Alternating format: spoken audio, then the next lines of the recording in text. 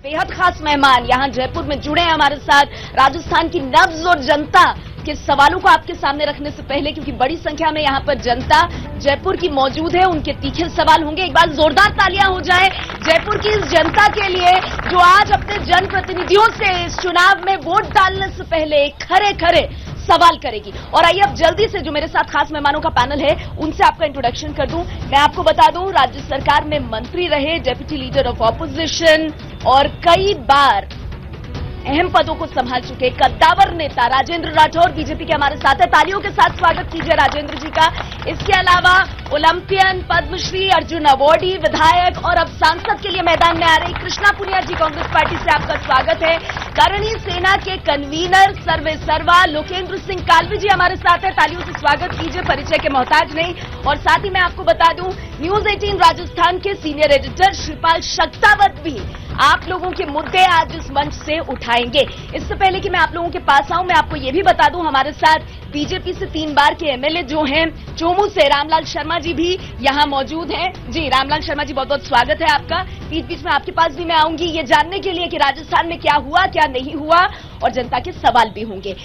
लेकिन इससे पहले कि आप लोगों के पास मैं आऊं, विधानसभा चुनाव में जब आई थी तो राजस्थान में एक नारा जबरदस्त गूंजा था जो दिल्ली तक पहुंचा था और हर डिबेट में उसे हम उठाते थे। मोदी तुझसे बैर नहीं, वसुंधरा तेरी खैर नहीं। ये बताइए, विधानसभा चुनाव में वसुंधरा राजे पर आप लोगों ने गुस्सा निकाल लिया, अब क्या मोदी से बैर नहीं बचा?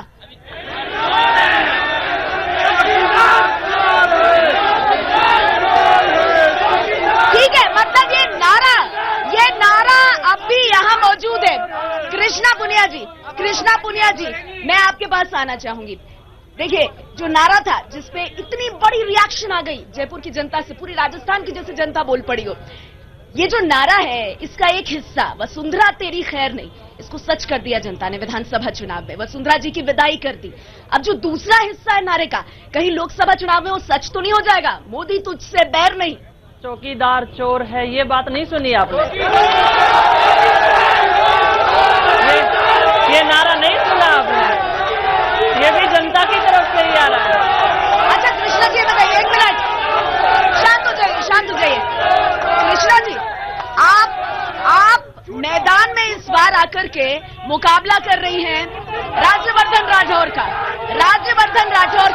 नारेबाजी मत कीजिए, मैं सवाल लेने नहीं आऊंगी। अभी मैंने आपको कहा जयपुर का एक बहुत अच्छी छवि जानी चाहिए, इसीलिए मैंने आपसे शुरुआत की। अगर आप चाहते हैं मैं बार बार आपके पास आऊं तो नियंत्रण बना के रखिए, शांति रखिए, अपना सारा गुस्सा, अपनी सारी बातें बटन दबा करके निकालिएगा। कृष्णा जी, आप सांसद के लिए मैदान में आई हैं और सांसद बनने के लिए, और जिस सीट पर जयपुर ग्रामीण पर आप टक्कर देने जा रही हैं, वहां पर आपके मुकाबले एक और ओलंपियन है।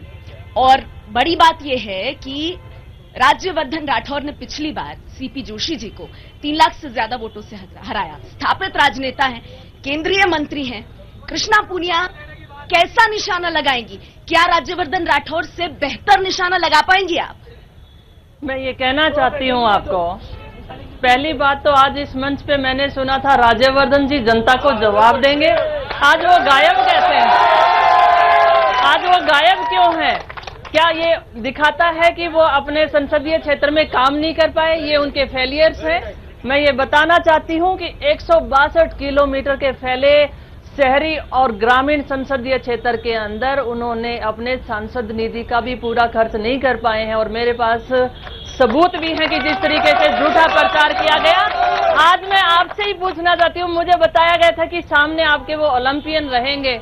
आज ओलंपिक में हम रहे हैं, दोनों खिलाड़ी रहे हैं। मैं लांछन नहीं लगाना चाहती हूँ व्यक्तिगत तौर पे, खेल की गरिमा में बात करना चाहूंगी, लेकिन मैं ये पूछना चाहती हूँ कि आज वो बड़े बड़े दावे करते रहे थे, आज वो जनता के जवाब या सवालों से क्यों डरे और वो आज चैनल पर क्यों नहीं पहुंचे? ठीक है, इस मंच से आपका जो सवाल है ये उन तक पहुंचा होगा, लेकिन बीजेपी से हमारे साथ राजेंद्र राठौर जी हैं और इनको भी कम मत समझिए। आप जानती हैं कई मोर्चों पर लोहा टक्कर लेते रहे। राजेंद्र राठौर जी, मैंने नारे से शुरुआत की, मोदी तुझसे बैर नहीं, वसुंधरा तेरी खैर नहीं। आप लोगों ने जीजा नेड़ी चोटी का जोर लगा दिया विधानसभा चुनाव में, सत्ता नहीं आ पाई। लोकसभा चुनाव में अलग क्या होगा बता दीजिए। पहली बार राजस्थान के अंदर सरकार परिवर्तन जरूर हुई है, पर फर्क सिर्फ 0.5% का। 200 में से नहीं, आपकी आवाज जा रही है। 200 में से हाँ। सिर्फ एक व्यक्ति का मन बदला और हम सरकार से बाहर हुए। निश्चित तौर पर सरकार हमारी थी, विकास के काम भी हुए और सरकार राजस्थान के अंदर एक जन आदत बन गई, एक बार इसकी सरकार, दूसरी बार उसकी सरकार। और मैं कह रहा हूं दावे के साथ कि मोदी मैजिक चल निकला है और इस बार मिशन 25 निश्चित तौर पर भारतीय जनता पार्टी पूरा करेगी। आप देख रहे हैं कृष्णा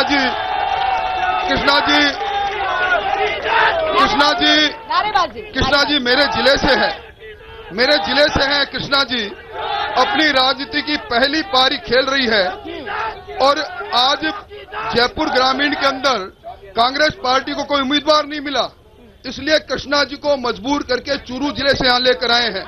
जहां उम्मीदवार का अभाव हो वो पार्टी क्या टिकेगी, और मैं समझता हूं जनता माकूल जवाब देगी और पूरे देश के अंदर राष्ट्रवाद के मुद्दे पर और मोदी मैजिक के आधार पर फिर सत्ता में हम आएंगे, बड़े बड़े बहुमत से आएंगे। लहर चल रही है क्या? कांग्रेस पार्टी को और कोई उम्मीदवार नहीं मिला जो आपको चुनौती के चलते यहाँ भेजा? मैं ये कहना चाहती हूँ कि बीजेपी वाले पहले ये कहते थे कि इनके पास कोई कैंडिडेट ही नहीं है और अपनी जीत सुनिश्चित करके बैठे थे। जब कृष्णा पूनिया सामने दिखी है तो पसीने छूटे हुए हैं और आज वो पहुंचे नहीं है। जनता ये बात का जवाब जनता देगी। राज्यवर्धन राठौर बहुत ही सटीक निशानेबाज हैं, वो कहते हैं उनका निशाना नहीं चूकता और सामने आप हैं। ये किसान की बेटी उसी मिट्टी में खेलती हुई पली बड़ी है, उसी पसीने में अपना पसीना बहाया है। और मैं कहना चाहूंगी ये महिला जब देश के लिए पदक जीतते हुए अपने आप को नहीं घबराई तो आज तो जनता के लिए सेवा करना है और जयपुर ग्रामीण का आशीर्वाद है। ठीक है, लोकेंद्र सिंह कालवी जी, एक मिनट।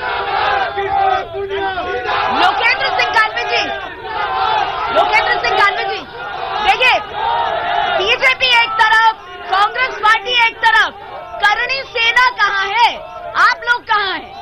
एक वक्त में इतना बड़ा आंदोलन खड़ा करने वाले लोकेंद्र सिंह कालवी जी, राजस्थान से पूरे नेशनल लेवल पर छाने वाले, आज कहाँ है करणी सेना जब राजस्थान लोकसभा चुनाव की दहलीज पर खड़ा है? 2019 के चुनाव में एक चीज तो स्पष्ट है, पता नहीं किसकी बनेगी, पर लंबे लंबे आदमियों की सरकारें जरूर बनने वाली है। आज मैं न पक्ष हूं न विपक्ष हूं, मैं निष्पक्ष हूं। और अभी कल अरे लेकिन इतना बड़ा वोट बैंक आपका, आप कंफ्यूजन में क्यों छोड़ रहे हो उनको? देखिए, कहीं तो जाइए, देखिए, बताइए। देखिए, अगर एक बहुत बुजुर्ग आदमी ने कल नागौर से वीडियो देखा था कि वोट किसको देना है, कि एक धूर्त है एक मूर्ख है। अब कौन धूर्त है कौन मूर्ख है इसका मेरे को पता नहीं है, पर किनके लिए कहा गया है इसकी मेरे को जानकारी भी नहीं है। पर सबसे बड़ी बात है ये जो वोट की चोट है, जिस पर आपने ये जो कहानी बनाई कि मोदी से कोई बैर नहीं, वसुंधरा तेरी खैर नहीं, सिर्फ हमारा बनाया हुआ नारा है। अच्छा। किसी ने और अगर कमल का फूल हमारी भूल, ये हमने तय किया था, ये हमारा ही तय किया हुआ था और वो उसी मुद्दों पर किया गया था जिसमें चाहे पद्मावत हो, चाहे सिटी पैलेस में प्रिंसेस दिया के साथ किया जाने वाला अपमान हो, चाहे वो एट्रोसिटीज वाले मामले में कुछ किया जाने वाला काम हो। और अगर 10% आरक्षण अगर कहीं से आया है, कोई एहसान जता सकता है, केंद्र से आया है। अभी बात चल रही थी कि राजस्थान में लागू नहीं है। वही कह रही हूँ, 10% सवर्ण आरक्षण मैं कह रहा हूँ किसी ने दिया नहीं है। अच्छा। श्री राजपूत करणी सेना और समाज ने लिया है। आप खुश हैं या नहीं है? ये जो फैसला हुआ इससे लोकेंद्र जी खुश हैं कि नहीं है 10% आरक्षण से? देखिए, पिछले 20 साल से सड़कों पर हूं इस आरक्षण के बारे में। ये तो फिल्म तो कभी कभार बीच में आ टपकती है हमारे, जिसमें हम टाइम बहुत वेस्ट करते हैं। आज भी सीकर में आदमी खड़े हैं, एक महिला जिसकी शादी हुई है एक बच्ची की, उस शादी को सरेआम डोली से उठाकर ले जाया गया। हम उसके लिए कल वहां पर प्रदर्शन करने जा रहे हैं। आप निश्चिंत रहिए, राजनीतिक तौर पर बहुत कुछ तय कर डालेंगे। जवाब नहीं दिया आपने, 10% आरक्षण से खुश हैं कि नहीं है? देखिए, हमारी तो ये मांग नहीं है, अधिकार है। और हमारा जो अधिकार है बड़ी मुश्किल से कहीं से किसी रास्ते से सिर्फ और सिर्फ वोट की चोट के कारण हमें प्राप्त किया है। हमारे लिए तो कोई आप क्रेडिट नहीं ले सकते, आप क्रेडिट नहीं ले सकते, लोकेंद्र जी कह रहे हैं। तौर पर क्रेडिट नरेंद्र मोदी जी को जाएगा, जिन्होंने संविधान में संशोधित करके सामाजिक न्याय का नया अध्याय इस देश में प्रारंभ किया। और मैं कालवी साहब की इस बात से सहमत हूं। मौजूदा सरकार गहलोत की सरकार में डोली तक लूटी जाने लगी, थाना कचहरी नीलाम होने लग गए, कानून व्यवस्था जर्जर हो गई। ऐसी सरकार को भी हम वोट की चोट पड़ेगी, जहां एक और कांग्रेस की हुकूमत ने इस राजस्थान के किसान के साथ छलावा किया है। आप लोगों के पास नहीं आऊंगी सवाल लेने, आप लोगों के पास बिल्कुल नहीं आऊंगी सवाल लेने नहीं आऊंगी। पहली लाइन के पास सवाल लेने नहीं आऊंगी। क्या नाम है आपका? आप नारेबाजी कर रहे हैं, क्या नाम है आपका? विजेंद्र नाम है जी। क्यों ऐसे नारेबाजी कर रहे हैं? ये इसलिए कर रहे हैं, देश के अंदर खड़े हो जाइए, मैं खड़ी हूँ, आप भी खड़े हो जाइए। मैडम चौकीदार चोर है, देश इससे बहुत ज्यादा धूर्त नेताओं से नाराज। आप वोट डालेंगे ना? डालेंगे। तो वोट में नाराजगी जताइएगा। कितनी बार नारेबाजी करेंगे? आप नहीं चाहते कृष्णा पुनिया को सुनना? चाहते हैं ना? फिर नारेबाजी नहीं करेंगे ना? चलिए बैठ जाइए, बात मानिए मेरी, बैठ जाइए। नारेबाजी मत कीजिए, सवाल पूछिए। आप कृष्णा पुनिया को भी आप में से लोग सुनने आए, राजेंद्र जी को भी, कालवी जी को भी, और जो हमारे साथ शिवपाल जी बैठे। शांत रहिए। अब ये मुझे बताइए, आप कह रहे हैं कि हमने बहुत काम किया है, बहुत कुछ किया है, तो राष्ट्रवाद इतना बड़ा मुद्दा क्यों बन गया? काम गिनाइए ना, बार बार राष्ट्रवाद। अगर इस देश के अंदर देश के मान और सम्मान को किसी ने ऊंचा किया और पूरे विश्व में सबसे आगे बढ़ती हुई अर्थव्यवस्था किसी ने बनाई और देश में गरीब कल्याण के लिए किसी ने काम किया, देश में पारदर्शी शासन किसी ने दिया तो नरेंद्र मोदी जी ने दिया। आज पूरा देश एक विकास के मार्ग पर चल निकला है। सेना ने किया, बीजेपी वोट मांग रही है, ये पूछा जा रहा है राजेंद्र जी। निश्चित तौर पर जहां एक और राष्ट्रवाद का मुद्दा है, देश की अस्मत का मुद्दा है, देश की इज्जत का मुद्दा है, देश की रक्षा का मुद्दा है, वहीं 5 साल तक मोदी सरकार ने इस देश को जो नए आयाम दिए वो भी आज हमारे सामने। वोट क्यों ना मांगे कृष्णा जी? राजेंद्र जी कह रहे हैं वोट क्यों ना मांगे? भाई मजबूत सरकार है, सेना को कहा, सेना ने शौर्य दिखाया, क्यों ना मांगे वोट राष्ट्रवाद पर? मैं कहना चाहती हूँ कि 1965 और 1971 में भी युद्ध हुए थे और वो युद्ध जीते भी गए थे, लेकिन कांग्रेस पार्टी ने कभी भी सेना की वोट नहीं ली और अपने दम पे वोट बटोरे हैं। मैं कहना चाहती हूँ आज भी आपको। ठीक है कृष्णा जी, राष्ट्रवाद का मुद्दा राजस्थान की जमीन में है या नहीं है? क्योंकि सरहद के इलाकों से राजस्थान लगता है। श्रीपाल जी, मैं आपसे आगे जानूंगी। मैं आज भी कहना क्या चाहूंगी, बालाकोट स्ट्राइक के बाद मोदी के हाथ मजबूत हुए हैं या नहीं? आप कह रहे हैं आप निष्पक्ष हैं, आप मुझे आगे बताएंगे। आप सब मेरे साथ बने रहिए, जनता हमारे साथ है। इस बार राजस्थान की जनता किन मुद्दों पर वोट करेगी? 2 चरण में चुनाव है और हम आपको बता दें, राजस्थान अब भी इंतजार कर रहा है बटन दबाने का और अगली सरकार बनाने का। मैं आपके पास आना चाहूंगी राजेंद्र जी। अशोक गहलोत सरकार ने 2 बहुत बड़ी बातें कही सत्ता में आने से पहले और इस वजह से सरकार बनी, ये सब मानते हैं। एक तो किसानों की कर्ज माफी, दूसरा बेरोजगारी भत्ता। क्या किसानों का कर्ज माफ हुआ? राजस्थान के अंदर एक मिनट, क्या किसानों का कर्ज माफ हुआ? नहीं हुआ? एक मिनट, ठीक है, 1 मिनट। आपके पास आने से पहले कृष्णा जी, बहुत सारे लोग कह रहे हैं नहीं हुआ, कैसे जवाब देंगे? मैं जवाब देना चाहती हूँ, खुद हमने भी चेक बांटे हैं, किसानों की कर्ज माफी हुई है। जो सेंट्रलाइज्ड बैंक हैं उनके लिए मोदी जी को लेटर लिखा हुआ, मोदी जी कोई जवाब नहीं देते हैं ताकि चुनाव के ऊपर असर ना पड़े। और मैं कहना चाहती हूँ कि बिल्कुल किसानों की कर्ज माफी जो साफ हुआ। दूसरी तरफ आज भी किसानों का कर्ज माफ बिल्कुल हुआ। राजेंद्र जी, किसानों का कर्ज तो माफ हुआ है, बीजेपी मुद्दा क्यों बना रही है? एक फुट्टी कौड़ी भी राजस्थान में किसी भी किसान का कर्जा माफ हो तो मैं राजनीति से संन्यास लेने को तैयार हूँ। ये राजस्थान के किसानों के साथ धोखा हुआ है। संपूर्ण कर्ज माफ करने की बात माफ नहीं हुआ, आप कह रहे हैं माफ हुआ। श्रीपाल जी, क्या सच है? माफ हुआ है, नहीं हुआ है कर्ज? देखिए, कांग्रेस और बीजेपी दोनों आधा सच बोल रही है। कोऑपरेटिव बैंक के जितने भी लोन हैं वो सरकार ने माफ कर दिए हैं। बाकी जो वाणिज्यिक बैंक है उसके लिए प्रोसेस इन्होंने शुरू किया है। केंद्र सरकार को पत्र लिखा और साथ ही बैंकों से ये आग्रह किया है कि किसानों से वो अब आगे का कर्ज वसूल नहीं करें। आपको सरकार की मंशा, अशोक गहलोत सरकार की मंशा साफ दिख रही है किसान कर्ज माफी पर, या आपको शक हो रहा है? देखिए, जिस तरह से केंद्र को पत्र लिखा है उससे तो ऐसा लगता है कि कहीं न कहीं वो केंद्र के पाले में इस बोल को डालना चाहते हैं। लेकिन कोऑपरेटिव बैंक के जितने भी लोन हैं वो लोन माफ कर दिए गए हैं और जितनी भी वाणिज्यिक बैंक। मतलब अशोक गहलोत तो यही कह रहे हैं ना राठौर साहब कि आप लोग अड़ंगा डालते हैं, आप लोग काम नहीं करते हैं, आपके पास चिट्ठी फाइल भेजी जाती है, आप लोग दबा के बैठ जाते हो क्योंकि अब आपकी सरकार नहीं है राजस्थान में। जिस दिन अशोक गहलोत को राजस्थान के किसान का वोट लेना था, उसमें उन्होंने नहीं लिखा था अपनी घोषणा पत्र में कि हम केंद्र सरकार से मंजूरी लेकर किसान का कर्जा माफ करेंगे। वोट ठगने का काम किया, किसान के साथ अन्याय किया, एक नया पैसा नहीं और रबी और खरीद का ऋण और नहीं दिया। ये किसान के साथ अन्याय है। कालवीन साहब आप बताइए, आप तो शुरुआत से बोल रहे हैं मैं निष्पक्ष हूँ, मैं निष्पक्ष हूँ, मैं निष्पक्ष हूँ। हुआ या नहीं? इसीलिए मैं बहुत स्पष्ट हुई। आरक्षण के इसके कर्जे के बारे में तो नहीं, पर ये सुदूर बाड़मेर से पाकिस्तान बॉर्डर से आए हुए हैं। मैं भी वहीं से हूं, मेरे पिता भी वहीं से थे और वहां एक कर्नल मानवेंद्र सिंह चुनाव लड़ रहा है जिसके साथ भी हम हैं, और यहां एक कर्नल राज्यवर्धन लड़ रहा है इसके साथ भी हम हैं। पर हम सबसे ज्यादा अगर किसी के साथ हैं तो हमारे समाज के साथ में हैं। कल सारी कुछ माफी अगर सरकार ने कुछ करी है या नहीं करी है, कल जिस लड़की की डोली उठी और उस पर उसको अपहरण करके ले गए, अगर कल तक उसके मुलजिम प्राप्त नहीं हुए तो बहुत कुछ सबक सिखाने वाले हैं हम। कल तक इंतजार कीजिए आप हमारा। मैं बोलना चाहती हूँ, जब यूपी के अंदर या जम्मू के अंदर उन छोटी बच्चियों के साथ बलात्कार हुआ था और बीजेपी के नेताओं के द्वारा किया गया था, तब ये लोग चुप क्यों थे? तब ये इस्तीफा क्यों नहीं मांग रहे थे? मैं ये पूछना चाहती हूँ। तब वो बेटियां नहीं थी क्या जिनकी आबरू लूटी गई थी? वो बेटियां नहीं थी क्या? मैं ये पूछना चाहती हूँ। ये दोगलापन का व्यवहार इन नेताओं के साथ कैसे है? हमने किसान कर्ज माफी पर बात की। एक और मुद्दा, बड़ा मुद्दा कृष्णा जी, बेरोजगारी भत्ते का। 1 मार्च से बेरोजगार युवकों को बेरोजगारी भत्ता मिलेगा, मिला क्या? बिल्कुल मिलेगा और मैं सम्मानीय हमारे मुख्यमंत्री जी का धन्यवाद देना चाहती हूं जिन्होंने इस योजना को लागू किया है। दूसरी तरफ मैं कहना चाहती हूं कि एक तरफ 2014 के अंदर बड़े बड़े वादे किए गए, 2 करोड़ युवाओं को प्रति वर्ष रोजगार देने की बात थी। आज वो 2019 के चुनाव में बताते क्यों नहीं है कितने रोजगार मिले?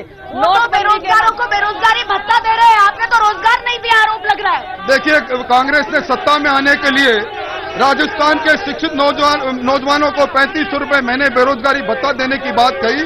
अब पार्टी ने यू टर्न ले लिया। किस जगह पर 2 करोड़ लोगों को रोजगार देने की बात आप कर रही हैं? मुद्रा योजना से राजस्थान के अंदर वो तो बेरोजगारी भत्ता दे रहे हैं ना, 1 मार्च से कह रहे हैं। नया पैसा भी बेरोजगारी भत्ता राजस्थान के किसी भी बेरोजगार को मिला हो। बेरोजगारी भत्ता मिला, बेरोजगारी भत्ता मिला, मिला मिला पकौड़े बनाने को रोजगार दिया है। बेरोजगारी भत्ता मिला किसी को? बेरोजगारी नहीं मिला, 1 रुपए नहीं मिला। इन्होंने 1 रुपए भी नहीं दिया, न किसी ने कर्ज माफी। ये झूठे वादे करके आए थे और आगे भी कुछ नहीं करने वाले। 72,000 के में 72 रुपए भी नहीं देने वाले। आगे आइए, आगे आइए, थोड़ा मुझे जाने दीजिए, पीछे जाने दीजिए please. Thank you, thank you, thank you. हाँ बोलिए, बेरोजगारी भत्ता मिला? अशोक गहलोत सरकार ने वादे पूरे किए? नहीं जी, मेरे भी 6 महीने हो गए, मेरे को भी बेरोजगारी भत्ता का फॉर्म अप्लाई हुए, लेकिन आज तक नहीं मिला मेरे को। नहीं, कुछ भी नहीं मिला। बैठिए बैठिए बैठिए बैठिए। रामलाल जी खड़े हो जाइए, 1 मिनट प्लीज। रामलाल जी, कृष्णा पुनिया जी कह रही है अशोक गहलोत सरकार ने अपने वादे निभाए और इसीलिए जनता फिर से लोकसभा चुनाव में जिताएगी उनको। अगर कृष्णा जी कह रही है कि गहलोत जी ने वादे निभाए हैं, एक भी बेरोजगार को भत्ता दिया हुआ है, मैं राजनीति छोड़ने के लिए तैयार हूं। एक व्यक्ति के बारे में बता दो बेरोजगारी भत्ता दिया है, 1 मार्च से देने के बाद थी, एक भी व्यक्ति को भत्ता नहीं दिया। झूठ बोलते हैं, जोर से बोलते हैं और बार बार। ठीक है शिवपाल जी, सच क्या है? सच क्या है? सच क्या है बेरोजगारी भत्ते का सच? आप लोग नारेबाजी कीजिए, मैं आप लोगों के पास नहीं आऊंगी। जयपुर की जनता ऐसी बिल्कुल नहीं है। आप कृष्णा जी को सुनना नहीं चाहते, आप राजेंद्र जी को, कलवी जी को सुनना नहीं चाहते, तो फिर क्यों नारेबाजी कर रहे हैं? मैं आ रही हूँ ना आपके सवाल लेने। आप मेरे साथ रहिए, मेरे खिलाफ मत होइए। आप ही का मंच है, आप ही का मंच है। बोलिए क्या सच्चाई है, लोगों को बताइए। आप खुद यहाँ से आते हैं, रिपोर्टिंग करते हैं, बेरोजगारी भत्ते की सच्चाई क्या है? देखिए, बेरोजगारी भत्ते को लेकर के इन्होंने जो शर्तें रखी थी उसमें एक तो ये था कि नियोजन कार्यालय में उनका रजिस्ट्रेशन होना चाहिए, स्नातक होना चाहिए। वो प्रोसेस उन्होंने शुरू किया है, लेकिन अभी तक जो पैसा डिस्पर्स होना चाहिए उनके अकाउंट में वो नहीं हुआ। उनका कहना है कि 1 अप्रैल से होना था, लेकिन चुनाव आचार संहिता लागू होने की वजह से ये प्रोसेस शुरू नहीं होगा। कृष्णा जी, आपको लगता है कि ये करना चाहिए? नहीं करेंगे तो लोकसभा चुनाव में मुश्किल हो सकती है। आपका बड़ा वादा था, लोग बिल्कुल उम्मीद बड़ा कर रहे हैं वादा आपसे। था और आज कांग्रेस की सरकार उसके प्रति कटिबद्ध है और ये होगा। दूसरी तरफ मैं कहना चाहूंगी, जो बीजेपी की सत्ता में आने से पहले 2014 के अंदर जो वादे किए थे उसके ऊपर मैं बोलना चाहती हूँ। नोटबंदी के नाम से 50 लाख युवाओं को रोजगार गंवाना पड़ा और आज ही अखबार के माध्यम से पता चला कि जेट एयरवेज जैसी बड़ी कंपनी जो कि आज बिल्कुल बंद हो चुकी है, उन कर्मचारियों को क्या होगा? नोटबंदी के नाम पर ठगा हुआ हमें रखा गया। दूसरी बात, आज राज्यवर्धन जी हमारे बीच में पहुंचे नहीं, उन्हें जनता को जवाब देना चाहिए था। मैं ये कहना चाहती हूँ, NH8 जो जयपुर से दिल्ली के बीच गुजरता है और उस जयपुर ग्रामीण क्षेत्र के बीच में से निकलता है, मैं आज वहीं से आ रही हूँ और कहते थे गडकरी जी कि आप जयपुर से दिल्ली चलेंगे तो आपके पेट का पानी भी नहीं हिलेगा, और आज मेरी कमर हिल चुकी है। ऐसे वहाँ हजारों जाने इन सालों में, 5 सालों में गई हैं। दूसरी तरफ मैं कहना चाहती हूँ, एक से उठाए, मैं इसका जवाब लेती हूँ, जवाब दीजिए। बड़ा गुस्सा, अगर आप बेरोजगारी भत्ते की बात कर रहे हैं तो यहाँ से आवाजें उठ रही हैं, 15 लाख का क्या हुआ, 15 लाख का क्या हुआ? आप कैसे जवाब देंगे राजेंद्र जी? आपको लोकसभा चुनाव में जाना है जनता के बीच।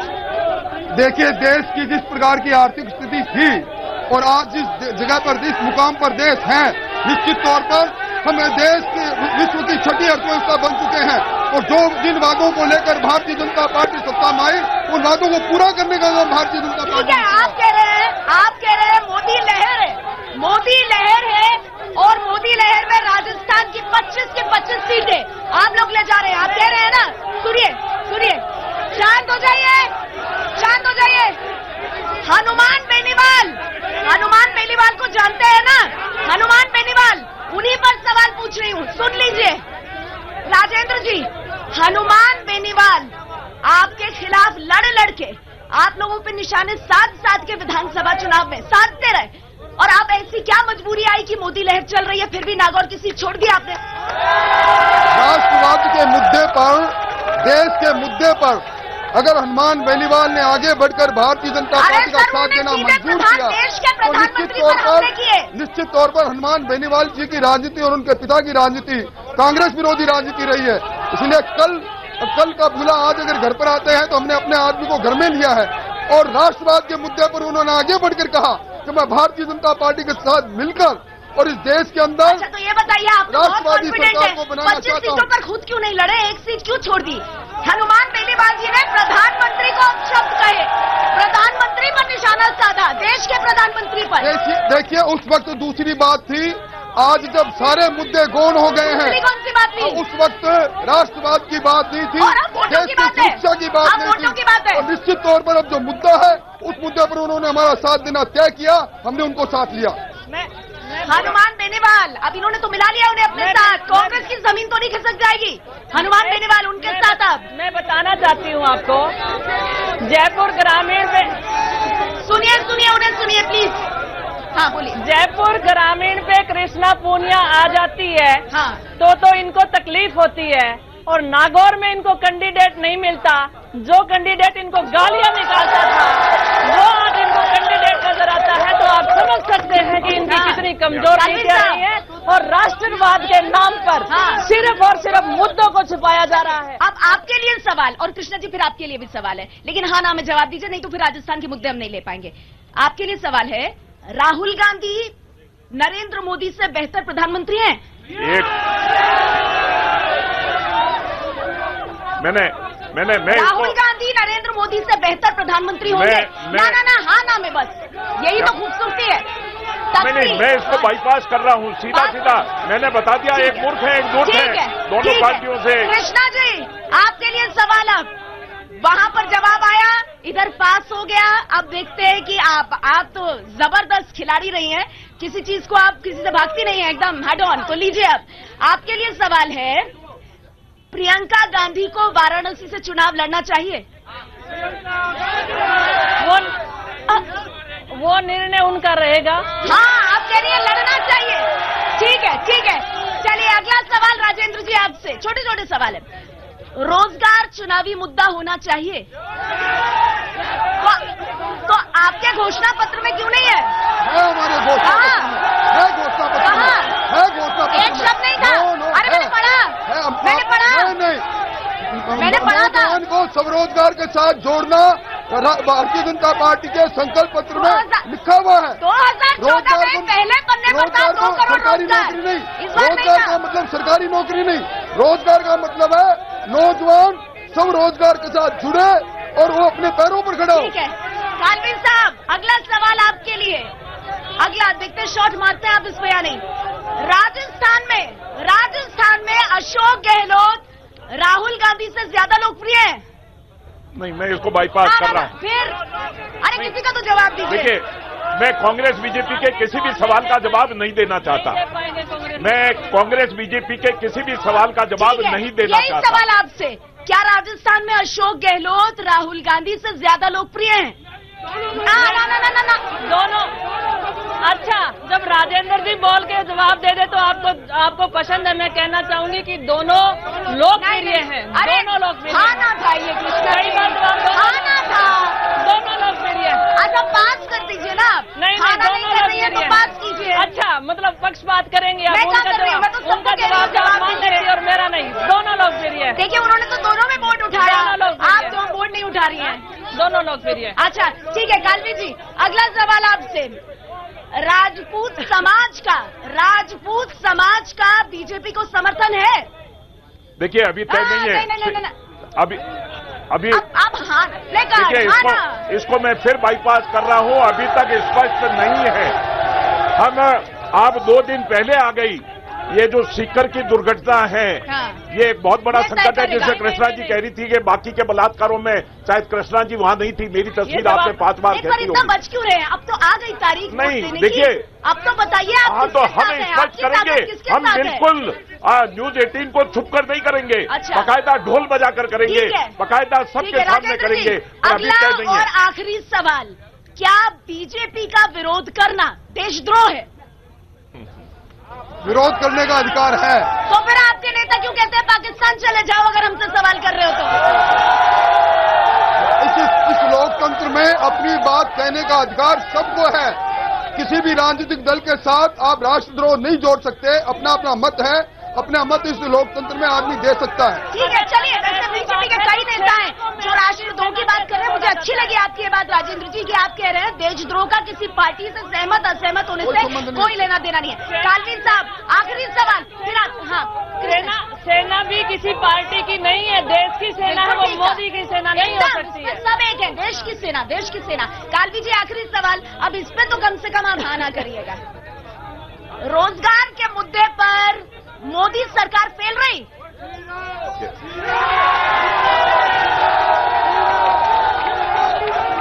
मैं इससे सहमत नहीं हूं। ये जरूरी नहीं कि मैं इससे कालवीर साहब की बात से सहमत हूं। रोजगार के मुद्दे पर स्वरोजगार को लेकर मुद्रा योजना और दूसरी योजना make in India, skill India, Modi सरकार ने जो काम किया है हिंदुस्तान का नौजवान उसे याद रख रहा है। कृष्णा जी आखिरी सवाल हाना का आज से, क्योंकि आखिरी है, पास मत कीजिएगा, कोशिश कीजिएगा कि इसका जवाब दें। गरीब सवर्णों को 10% आरक्षण अच्छा है? मैं ये ना उसके बाद कहिएगा, लेकिन पहले हाना प्लीज। फॉर्मेलिटी वही है कृष्णा जी, ये बिल्कुल आप तो कभी नहीं बचती है। ये आपका बिल्कुल गलत बात है। ये तो जनता पूछेगी। आप जयपुर ग्रामीण में जनता पूछेगी। आप पक्षपात कर रही हैं। नहीं, आप इधर तो जवाब देने के लिए मौका दे देती है। बिल्कुल पक्षपात कर रही है आप। मैं कहना चाहती हूँ कि आप बिल्कुल गलत कर रहे हैं। अच्छा, आपके लिए नहीं जवाब दूंगा। एक मिनट कृष्णा जी, मैं आपके पास आती हूँ। एक बार जल्दी से एक जवाब में श्रीपाल जी से लूँ। क्या कहेंगी आप? किस वो पे? भी आरक्षण से जुड़ा हुआ मुद्दा है। रोस्टर प्रणाली पे क्या कहेंगी आप? वो भी तो जुड़ा हुआ मुद्दा है, उस पे क्यों नहीं बोलते? मैं ये जरूर कहना चाहूँ। दूसरा, आप मुद्दों से भटकाएं नहीं। ठीक है, यहाँ पे जितने भी लोग खड़े हैं, रोजगार का मुद्दा चाहिए। ठीक है। न्याय योजना जो कांग्रेस की सरकार लेकर आ रही है, जो महिलाओं के खाते में 72,000 रुपए देगी प्रतिवर्ष, वो बातें क्यों नहीं करें? वो न्याय योजना का कितना असर होगा, लेकिन कुछ सवाल ले लेते हैं। यहाँ पे कुछ महिलाएं मुझे दिख रही है। आइए, हाँ क्या सवाल है, पूछिए। एक मिनट, आगे आइए और पूछिए। मेरा क्वेश्चन उनसे है, बीजेपी के जी लीडर। पूछिए। हम पीयूसीएल टीम से हैं और हमारा ये क्वेश्चन है कि आपने बोला था कि वुमेन्स को रिजर्वेशन मिलेगा 33% पार्लियामेंट के अंदर। वो हर साल 5 साल से होता जा रहा है, इसको कॉर्नर किया जा रहा है, किया जा रहा है। भाई और खड़े हैं, भारतीय जनता पार्टी इसके लिए 2 बार बिल लेकर आई, दोनों बार बिल राज्यसभा में पारित नहीं हुआ। ये भारतीय जनता पार्टी 33% वुमेन के रिजर्वेशन के लिए कटिबद्ध है। हमने अपने संकल्प पत्र में इसको लिखा है। ठीक है। अब वक्त खत्म हो रहा है, 1 मिनट 10 सेकंड में कृष्णा जी क्या अपील करेंगी जनता से, जनता के मुद्दों पर? 10 सेकंड। मैं जनता को कहना चाहती हूँ, 5 वर्ष पूर्व यही जनता थी जो कांग्रेस पे विश्वास करती थी। 1 मिनट मेरी बात सुनेंगे आप? जल्दी। तब वो राष्ट्रद्रोही नहीं थी, और इन 5 सालों में ऐसा क्या हुआ कि जनता मोदी के खिलाफ बोल जाए तो वो राष्ट्रद्रोह हो किसका पलड़ा भारी? कांग्रेस बीजेपी? जल्दी एक शब्द, किसका पलड़ा? मैं तो कह रहा हूँ करनी सेना का पलड़ा भारी है और करनी सेना को तय करने दीजिए। किसका पलड़ा? मोदी का मैजिक चल रहा है पूरे हिंदुस्तान में। देखते हैं मोदी मैजिक चलेगा। जयपुर की जनता के साथ आज इतना ही।